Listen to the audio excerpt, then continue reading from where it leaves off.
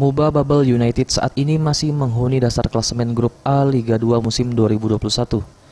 Dengan kemenangan di partai sebelumnya menghadapi KS Tiganaga membuat semangat anak asuh Ibnu Grahan ini meningkat. Adapun Ibnu Grahan menginstruksikan pemainnya untuk menganggap dua pertandingan sisa di grup A ini adalah partai final.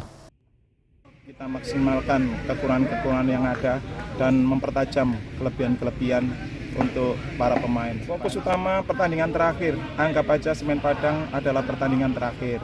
Kita banyak peluang tapi sulit untuk cetak gol. Kemarin dengan 2 gol mudah-mudahan naluri gol para pemain depan, gelandang ataupun winger akan semakin bagus. Paling enggak kita harus memenangkan pertandingan untuk tetap eksis di Liga 2. Saat ini Muba Babel United masih berpeluang setidaknya untuk bertahan di kompetisi Liga 2 musim depan. EZPM, Sriwijaya TV.